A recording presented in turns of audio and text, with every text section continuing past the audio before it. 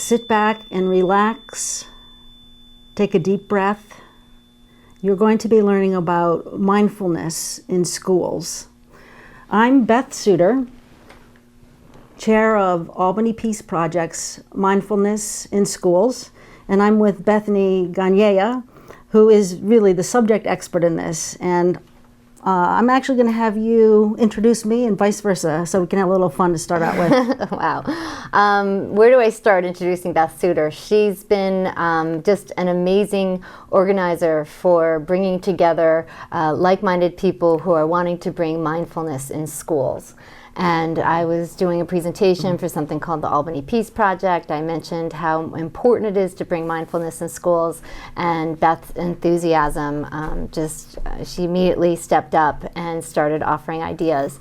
Thanks to Beth's ability to bring like-minded people together and to stay on task, we have now organized a wonderful committee for the greater Albany area, and Mindful Moments is now in several schools, and hopefully there will be more coming. So it's all because of you, Beth, that we're here today. Thank you. This is Bethany Gonyea, Master of Science and Biofeedback expert, and through the professional developments that we've been doing through schools, I've learned about you that the reason you got involved in biofeedback is because in your younger years you were a music teacher and you developed some really life-altering pain and used biofeedback. You learned about the nervous system and was able to control the pain. And you've talked to Schenectady City Schools about this. We're in Parsons right now. We're in the Albany City School District. You've even worked with the Albany Police Department and Brookview Institute for Kids. And I'm excited to have brought all these people together, and here we go. Absolutely. Thank you for all that. So what's the difference between mindfulness and meditation? We're going to get to that because that's important. But there are hundreds of schools that are doing this. It's so big that it was on 60 Minutes a few weeks ago. A few times, yeah. Yeah. So the way this works, in San Francisco, they do transcendental meditation, very troubled schools, and it's twice a day they meditate for 15 minutes. In Chicago, there's another model program where they've used elementary and middle schools, and they do it 3 or 4 times a day. And some of the things they do is mindfulness, breathing, and sort of stretching. Remember that Grey's Anatomy show where the surgeon did that Superman pose? Yeah. So it's really we should add that. Some of those are the kinds of techniques that are used. But they're bringing some really amazing results. Can you talk about Absolutely, that? Absolutely. For instance, in the Chicago schools, there was one school that was on academic probation, and within 1 year, their GPAs increased by 25%. 25%. Yeah, wow. 25%, and then they rolled it out in several of the schools, and suspensions and detentions decreased from, say, 45% all the way up to 90%. I mean, that's outrageous. 45% to 90% decrease in suspensions and detentions. That's how powerful this work is, and the reason why it's that powerful is because they're teaching kids how to work with their nervous system and how to calm themselves down. And so when kids basically are able to calm themselves down in their own nervous system, they're able to access the higher ordered thinking that's required for math. We are not using the word meditation because it isn't. Mindfulness is kind of like a guided meditation. There's a role in which actually appreciation, you're asking the kids to appreciate things, that actually changes the heart rate variability, and it enables the children to focus on their studies more. Why appreciation and not something else? Right. Well, is that the Heart Math Institute studies? Yeah, the Institute of Heart Math, and it's this idea of taking the mind and anchoring it down in the heart. And when we anchor the mind down in the heart then sends a signal to the rest of the body. When you do it in an appropriate way, meaning anchoring the mind down in the heart and reaching for the feeling of appreciation, what happens is that the brain waves kind of open up, and so kids are able to access higher order thinking. So that's how that works, and it's extremely simple but powerful. So let's bring in the Schenectady School District. We know that in San Francisco, that when they introduced this mindfulness practice, that the violence, they did it specifically at transition times, and they're doing that at Albany School for Humanities, and they said that it's revolutionized their school. But in the San Francisco results were really fantastic. There's less violence, and that's, when the kids let out of school. Right. And so how is this related to Schenectady? Well, I know different schools in Schenectady are looking to roll this out. Certainly, there's certainly been a lot of violence in this area, in that age group. And so they're looking for alternatives. They're looking for something to offer kids. And I have been teaching this work for over 20 years. And to me, I think that every child should have access to find this calm place within. Because essentially, if kids don't understand inner space and they get angry, they're just going to want to act out. They're going to want to fight or, do whatever. It's just been in the news that the Dalai Lama, is having medical issues. But it reminds me of a quote that he said that, to paraphrase, if we taught every 8-year-old to meditate, right, that within a generation there would be an end to violence in the world. Right, right. Right, and what we're finding is that kids actually enjoy these skills, that by learning these skills, they feel more calm. It's kind of, I often refer to it as coming home, and having kids kind of find that home place within. And when they do that, their impetus to act out dramatically decreases. And it's the research just shows it in such a robust way. I want to talk to, teachers and school administrators for a second. This takes minutes a day, and it actually adds time to your classroom. The reason this is because if it's done 3 or 4 times during the day, it decompresses the children, the students, and they're able to focus more. So I became interested in this because my best friend had so much trauma in her life as a child that it burned out her adrenal glands, and without any kind of understanding of her nervous system, it's had lifelong implications. The inner city school children that we're working with now, or in hundreds of other schools across the region, this knowledge is essentially, you're giving them a user's manual for all the exciting science that we're learning, the neurobiology of. Right. Yeah, so right. One of the studies that I found most fascinating was, we always knew that the brains of meditators were different than non-meditators, but Harvard made a definitive link in 2011. They took a group of people who didn't meditate and they did MRIs of their brains. This is how powerful this is. And they randomly divided the group into 2 halves, and half of them meditated for half an hour a day. 8 weeks later, they took post-MRI views of the brains. Listen to this. The meditators actually grew gray matter in their brains. Also, it affected the amygdala and hippocampus. Now, I don't really understand that as much as you, but right. Yeah. I like the way Darren Harris puts it. He said, basically, meditating is like doing neurosurgery on your brain. Wow. Because you're literally changing your brain. You have the power to do that. By pointing your mind in certain directions, you'll get different results. And you will grow gray matter in the areas of focus, and you will decrease it in the areas of stress. There was another Harvard study that Benson did, where these types of skills that we're teaching, whether they're type movement related or breathing related or sort of guided mindfulness meditations, it actually increased academic performance too, from between 25 to 40%. What's your favorite expression about if this were? Oh, I always say, if mindfulness was a drug, you'd want your kid on it. Yeah, absolutely. Yeah. I know. ADD here. Meditation has allowed me to eliminate the clutter in my mind and help me focus. So I know you've been a meditator for years too.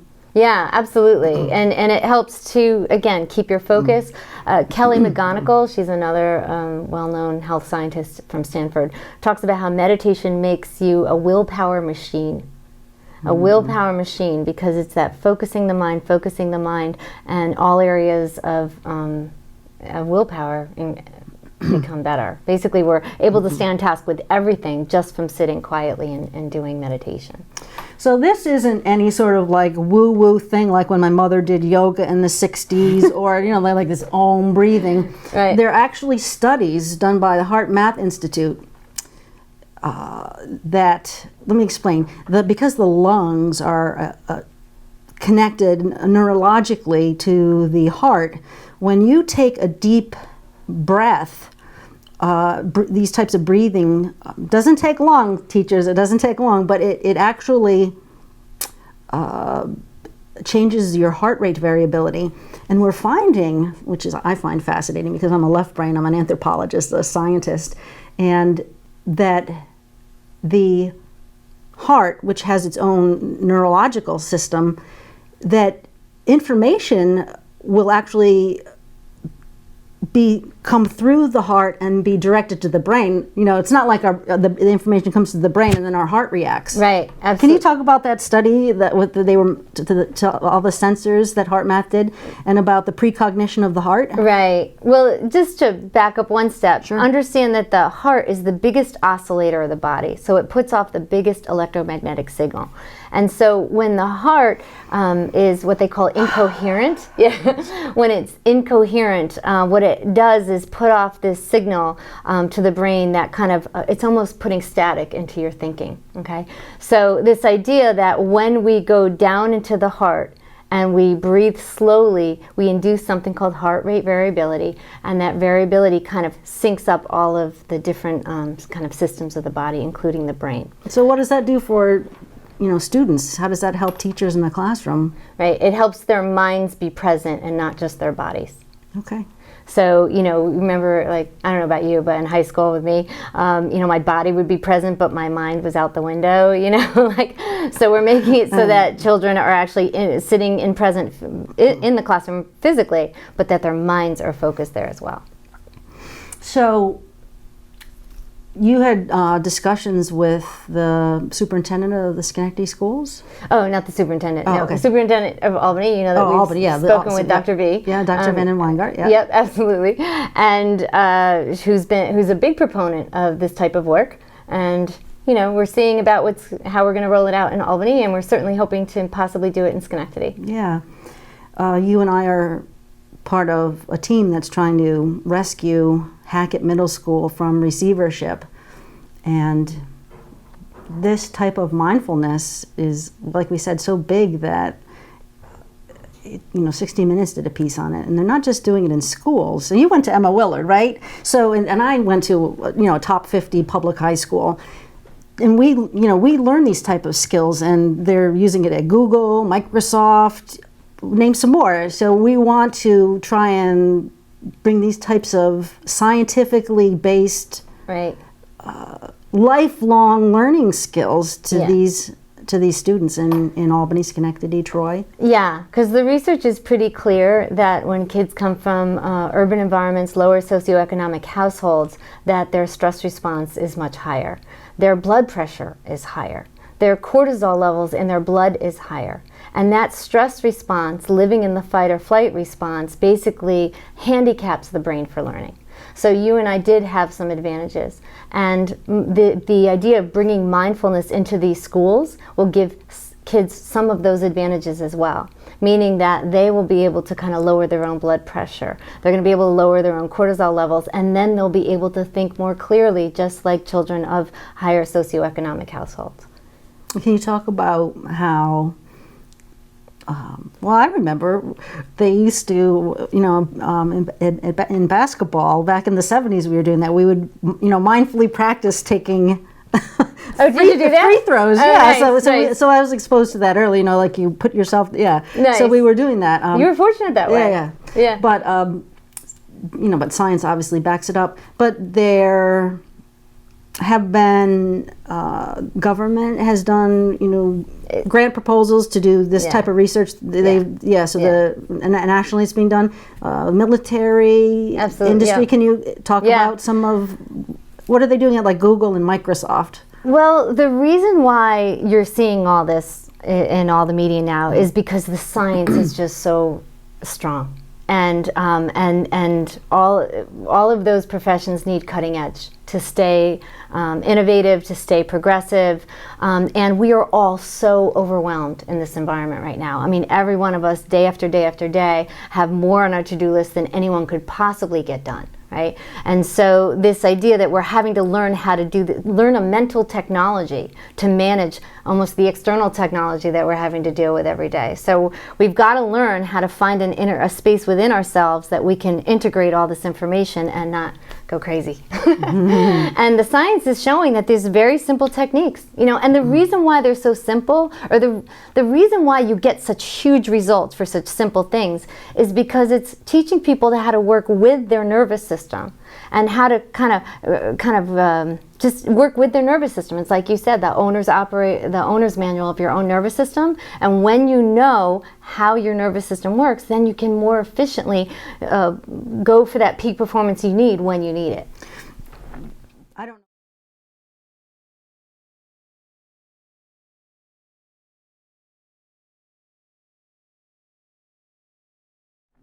I don't know much about biofeedback, but one of the immediate biofeedback example that you use is every morning you get on the scale right to weigh yourself. There's some basic biofeedback. Can you talk a little bit more about how you got into biofeedback and how this relates to now the work that we're doing in the city schools and elsewhere? Okay, so biofeedback essentially is meditation with accountability.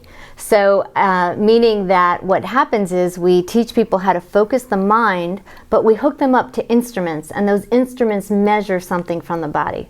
So it's similar to so just to demystify biofeedback essentially is a bathroom scale. So you step on the scale, and the scale gives you feedback about your biology, and you may or may not do something about it. So biofeedback instruments just do the same thing, only different things. like last night, I put some of the ice cream back in the cart. Right. See? Okay, maybe I don't need that much. Right. So biofeedback, right? So the same idea that you hook someone up to an instrument, they get feedback, and they say, maybe I'll move my heart rate up or down, or and through that measurement, that feedback, then people are able to find this place within much sooner with more accountability, and then by practicing it, then they can call it forth whenever they need it. Yeah.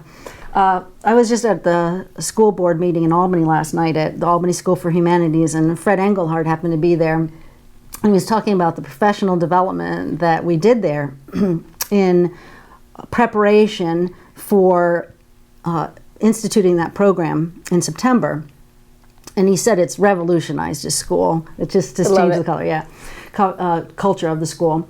So he talked about how you picked the perfect person to put out the biofeedback. Can you talk about things that we do in professional development, right. And even that older gentleman who was like you did this relaxation technique where, and I did it. I was like following along where we would relax the left side of our body, right? And he had never experienced anything like that before, and he was sold. Right. Yeah.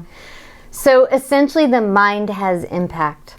And so wherever we focus the mind in the body, there's a result. And so the reason why people kind of have these amazing experiences pretty early on is because no one's kind of taught us how to navigate this inner space. So when you teach that to people and you show them through biofeedback instruments that where their mind lands has power, And So you had this lady hooked up to, what was that gizmo? galvanic skin response. Ooh, fancy. So it's basically essentially just measuring sweat gland activity in her fingers. Okay. So yeah. Why did you hook her up to that? Because I love this stuff. Why? Because You love this stuff? Is that Yeah, what you I said? just said why? Because the mind eavesdrops on everything we think. What does that mean? I don't. That means that I should say the body eavesdrops on everything we think. And what that means is that if you think a stressful response, something stressful, your fingers will perspire in response to that thought. And so what happens is we have a lot of fun with galvanic skin response in those kind of meetings, because I show people where I'll just ask a stressful question, and the pitch of the GSR just starts to squeal. Where basically if they're calm, it's nice and calm, and then I ask them a very stressful question, and they don't even need to speak. The pitch just starts climbing, and the whole audience usually chuckles because it's showing that their body's sweating to the question. Speaking of being hooked up to sensors, besides that Harvard study where the people grew gray matter in their brains, I'm fascinated by the role that we're just learning, and I'm just learning the role that our heart has in our body. Does this lead us or does this lead us? So Heart Math Institute had people hooked up to these kinds of skin sensors. That's what you wanted, They had sensors on their brain, their heart, and they, unknowing to the subject, were flashing photographs on a screen to test the body's reaction to these images. Some of them were horrific, some of them were adorable, some of them were erotic. Right. And this I find absolutely fascinating. The heart is precognitive. It actually knew what the next picture was going to be and reacted appropriately to the image before it was even flashed. What? Right. And here's the good thing, well, I'm a little bit older than you, but actually that was 1.5 seconds, but the older we get, the better we get at it. So I didn't know that part of the study. Yeah, I read that. Yeah, it's called presentience, and it's this idea that, the body knows things before we do. So by the time you think a thought, by the time you think a full sentence, did I say that right? By the time you speak a full sentence, it is old news to your nervous system. You've already processed it, basically. Mm-hmm. So if we can kind of anchor our minds down in the body more and feel our hearts, feel our gut. That's why there's a gut intuition. There's a whole nervous system in the gut. And when we feel our body more, then we get cued to things sooner. Mm. That's how I came into meditation and this kind of interest in precognition, is because I'm a psychic medium, right? And so I'm interested. It's hard for me to believe still, but that the heart can actually know things before we see them. I just find that. Oof. Right. Well, you ever walk into a room and you can just feel the energy in the room, or you just kind of feel that maybe there was an argument in the room before? You walk in, you see people talking, and they're just sitting there, but you can kind of feel the heaviness of the room. Yeah. Right? Yeah, right. That's the heart is very tuned to actually relationships and connection. So you'll kind of really get cued into those types of things. Yeah. A lot of people are really trying to understand the difference between what the left brain and the right brain does, and how the heart cues into all that. Right. So they talk in the East about heart mind, of taking your mind and anchoring it into the heart, and you get wisdom. So that's one of the byproducts of meditation and mindfulness is wisdom. You're getting those kind of two parts of the head and the heart coming together, and so you're coming up with integrated decisions. So I often tell people, when you have a difficult time making a decision, you have to find something that your head and your heart is happy with. So people are living in their heads so much nowadays, and they can't figure out why they can't kind of maybe answer a question or stop a substance abuse or something. And a lot of it is because we're chatting. There's too much chatter in our head. We're living in our heads. And this idea of kind of bringing the mind down into the heart, it slows down thinking, and you're able to kind of process your behavior, or maybe think about your behavior before you act out so much. I want to bring this back. I should say think about your behavior. Okay, yeah. teachers these days are being asked to do so much more. God, I've been seeing it. So here, like for example, at Hackett Middle School, they may be asked to add this to their already very busy, curricula. What would you say to them? They're so stressed out. How is this going to help them or not help them? I would say it's because they're stressed out that this will dramatically help them.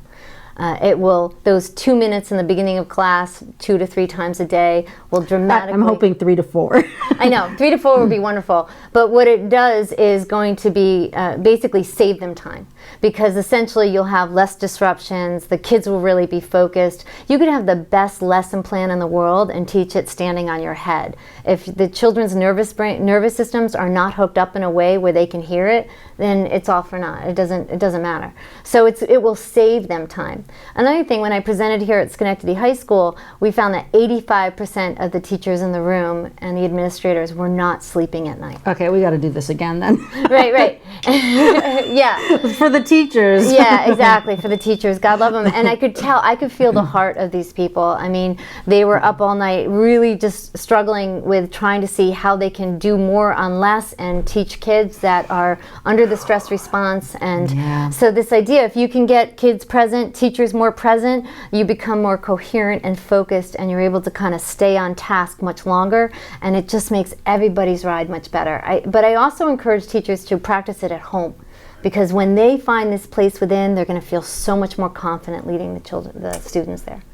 You know, when you and I talked to one of the elementary schools in Albany, the teacher told us, she came in frazzled to our meeting, and some girl had just stomped on a carton of milk and it exploded because somebody bumped into her. And she's the one that gave me this language. She said, I wish we had this now. If I were able to take a little bit, she's just spent 45 minutes like de-escalating this situation, all the problems. If I could have throughout the day decompressed, in the morning and throughout the afternoon, this incident would not have happened. Right. That's what we're finding at Hackett Middle School, right? It's the kids that are being disruptive. I mean, they were talking about that's why they're in receivership. These kids that are disruptive, not only are they disrupting the rest of the class, they're disrupting their own learning because they're having to leave the classroom with their best instruction is right there. Yeah. So unfortunately, they're having to leave where their best instruction. So this idea of calming kids, decompressing them several times a day, then everybody wins.